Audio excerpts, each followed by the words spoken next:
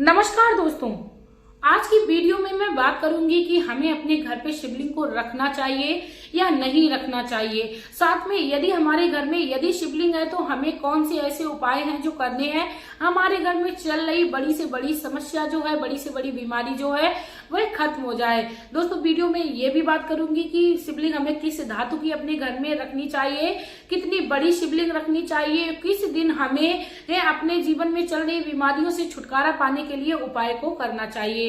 प्रदीप मिश्रा जी जो कि भगवान शिव के भक्त हैं, उनकी कथा का रसपान करके मैंने उनसे पूर्ण ज्ञान की प्राप्ति करके आप लोगों को शिवलिंग की हर एक जानकारी पहुंचाने की कोशिश की है। तो आप लोग प्लीज वीडियो के एंड तक बने रहिए, बिल्कुल भी वीडियो को स्किप कर करके ना देखिए, क्योंकि भगवान श्री शिवलिंग से किया हुआ हर उपाय व्यक्ति के जीवन में कारगर सिद्ध होता है, व्यक्ति की जीवन में चल रही समस्याओं से उसे मुक्ति दिलाता है। मैं मेरे आराध्य श्री लक्ष्मी नारायण को मैं कोटि कोटि प्रणाम करती हूँ, मैं उनको कोटि कोटि नमस्कार करती हूँ। दोस्तों सबसे पहला तो यही प्रश्न हम आप लोगों से साझा करते हैं कि हमें अपने घर में शिवलिंग को रखना चाहिए या नहीं रखना चाहिए। तो दोस्तों गुरुदेव कहते हैं, शिव पुराण में बताया गया है कि प्रत्येक व्यक्ति अपने घर में शिवलिंग को स्थापित कर सकता है। यदि हम अपने घर में शिवलिंग को रखते हैं तो हमें हमारे घर में वास्तु दोष और शनि दोष, ग्रह दोष, किसी भी प्रकार का पितृ दोष नहीं रहता है। कहते हैं कि यदि हम अपने घर में शिवलिंग को रखते हैं तो हम उससे बीमारियों से भी मुक्ति पा सकते हैं। जिस भी घर में शिवलिंग होती है उस घर में किसी प्रकार का दोष नहीं रहता है, भगवान शिव की कृपा प्राप्त होती रहती है। दोस्तों शिवलिंग हमेशा ही हमें 4 अंगुल का रखना चाहिए। 4 अंगुल से बड़ा हमें शिवलिंग अपने घर में कभी भी नहीं रखना चाहिए। शिव पुराण में इसका बखूबी वर्णन किया गया है।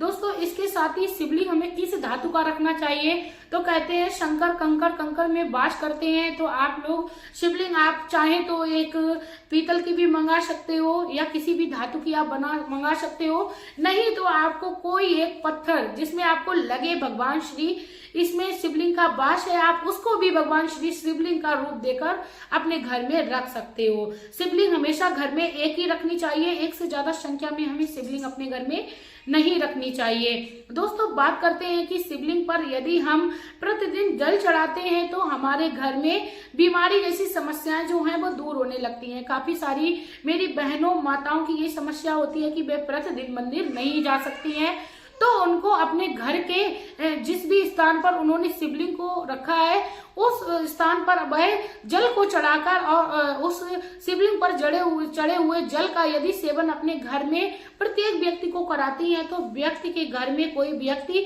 बीमार नहीं रहता है। ये बहुत ही बड़ा हमें फायदा मिलता है अपने घर में शिवलिंग रखने का।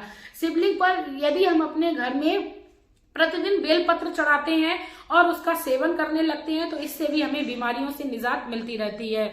लेकिन दोस्तों जब हम अपने घर में शिवलिंग को रखें तो हमें कभी भी शिवलिंग को बिना जल के चढ़ाए हुए नहीं रखना चाहिए। भले ही हम उसमें 1 लोटा जल चढ़ाएं और पूजा नहीं कर पा रहे हैं कोई बात नहीं, लेकिन यदि हमने अपने घर में शिवलिंग को रखा है तो प्रतिदिन उसमें पूजा के रूप में हमें स्पर्श अवश्य करना है। शिवलिंग पर मात्र 1 चावल चढ़ाकर आप अपने जीवन में धन धान्य संपत्ति की कमी को दूर कर सकते हैं। नियम बना के आप शिवलिंग की पूजा करना प्रारंभ करिए। घर में यदि आप रख कर करते हो तो बहुत ही ज्यादा इसका फल मिलता है। कई लोगों का ये भी मत होता है कि यदि हम अपने घर में शिवलिंग को रखते हैं तो हमें उसका जो फल है वह नहीं मिलता है, क्योंकि भगवान श्री शिवलिंग पर जो बूंद बूंद करके जल जो टपकता है उसको कंटिन्यू रखना चाहिए। ऐसा नहीं है, शिव महापुराण में बताया गया है वैशाख महीने में भगवान श्री शिवलिंग पर जल जो बूंद बूंद करके टपकता है उसको चढ़ाने का विधान है। जरूरी नहीं है आपको दोस्तों परमानेंट ही भगवान श्री शिव को पानी में ही डुबो कर रखना है। आप अपने श्रद्धा अनुसार उनको पूजन करिए और जितनी भी छोटी शिवलिंग रखेंगे उसका हमें ये फल मिलता है कि हमें हमारे जीवन में समस्याओं से मुक्ति मिलती है। जब हम अपने छोटे बच्चे को किसी भी प्रकार के वस्त्र पहना देते हैं तो वह बच्चा चुपचाप पहन लेता है, जो भी खिला देते हैं वह खा लेता है। जब 5 वर्ष से ज्यादा का बच्चा यानी बड़ा हो जाता है तो वह हमारी बातों को न मानकर अपनी जो भी डिमांड होती है उनको रखता है। ठीक उसी प्रकार हमें इन चीजों को ध्यान में रखते हुए छोटी से छोटी शिवलिंग बनाकर अपने घर में हमें हमेशा ही स्थापित करनी चाहिए, इसीलिए बड़ी शिवलिंग रखने का अपने घर में विधान नहीं है। इसके बाद बात आती है दोस्तों कि यदि हम अपने घर में शिवलिंग रखते हैं तो उसका पूजन कैसे करें। दोस्तों, पूजन हमें उसी तरीके से करना चाहिए। यदि हम अपने घर में शिवलिंग रखते हैं तो हमें अपने घर में भी 3 तालियों का प्रयोजन करना चाहिए जब भी शिवलिंग से पूजन करें, क्योंकि 3 तालियां भगवान श्री शिवलिंग को उस पत्थर में जो भी हमने अपने घर में किसी धातु की शिवलिंग स्थापित कर रखी है, वह भगवान श्री शिव को उस शिवलिंग में विराजमान होने पर मजबूर कर देती है। तो हमें 3 तालियां अवश्य भगवान श्री महादेव को प्रसन्न करने के लिए बजानी चाहिए। यदि हम ये बजाते हैं तो हमें पूर्ण पूजा का फल प्राप्त हो जाता है। 3 तालियां हमारे जीवन में चल रही समस्याओं को दूर कर देता है, महादेव की कृपा प्राप्त होती है। क्योंकि 3 तालियां जो हैं वो रावण ने बजाई थी, वह लंका का राजा बना था। ठीक उसी प्रकार यदि हम भी अपने जीवन में सारी समस्याओं से निजात चाहते हैं हमारा भी यश जो है वो लोगों तक पहुंचे, तो हमें 3 तालियां अवश्य बजानी है।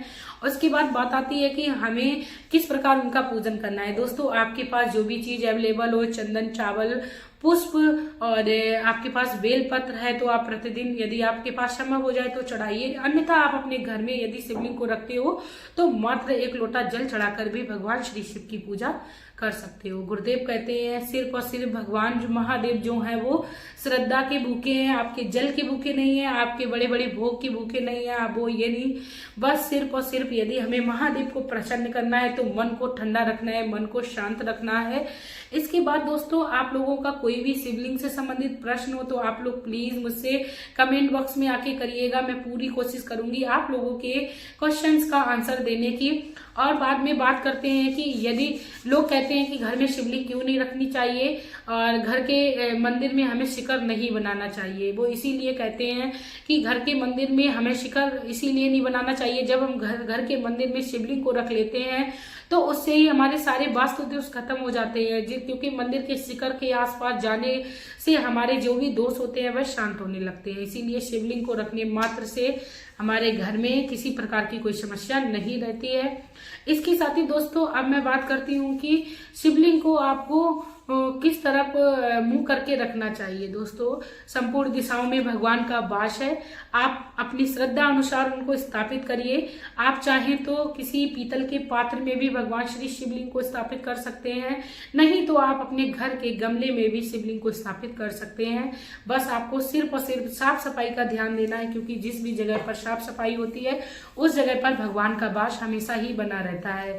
भगवान श्री शिवलिंग को स्थापित करने के लिए आपको बहुत ही बड़ा मंदिर स्थापित करने की आवश्यकता नहीं है। आप उनको अपनी श्रद्धा अनुसार दिल में जगह दे सकते हो, अपनी श्रद्धा अनुसार उनको स्थान ग्रहण करा सकते हो। अपने घर के मंदिर में भी आप अपने हिसाब से पूजा करिए, लेकिन नियम पूर्वक करिए। मैं दोबारा से कहना चाहूंगी। इसी के साथ दोस्तों, यदि आप लोगों को जानकारी अच्छी लगी हो तो प्लीज आप लोग मेरी वीडियो को शेयर करिए। शेयर करने मात्र से आपके जीवन में चल रही समस्याएं जो हैं वह दूर हो जाएंगी। भगवान श्री शिव को 3 जो पुष्प है वो अति प्रिय है, सरसों का पुष्प, आग का पुष्प और इसके साथ ही शमी के पत्र और शमी के पुष्प भगवान श्री शिव को बहुत ही ज्यादा प्रिय है। मात्र आप एक जब शमी पत्र भगवान श्री शिव पर चढ़ाते हो, मात्र 1 शमी पत्र दोस्तों, तो इससे आपको कई सारे ब्राह्मणों को भोजन कराने का पूर्ण फल की प्राप्त हो जाती है। तो आप लोग एकमात्र शमी पत्र यदि आप सक्षम हो चढ़ाने में तो आप लोग शमी पत्र चढ़ाना प्रारंभ करिए। आप जो भी कर पाए आप करिए। भगवान श्री शिव की आराधना करिए। भगवान से आपके जीवन में चल रही समस्याओं को दूर करने की आप प्रार्थना करिए। इसी के साथ दोस्तों, अब मैं वीडियो में लेना चाहूंगी विदा। आपका प्यार और कीमती समय देने के लिए धन्यवाद।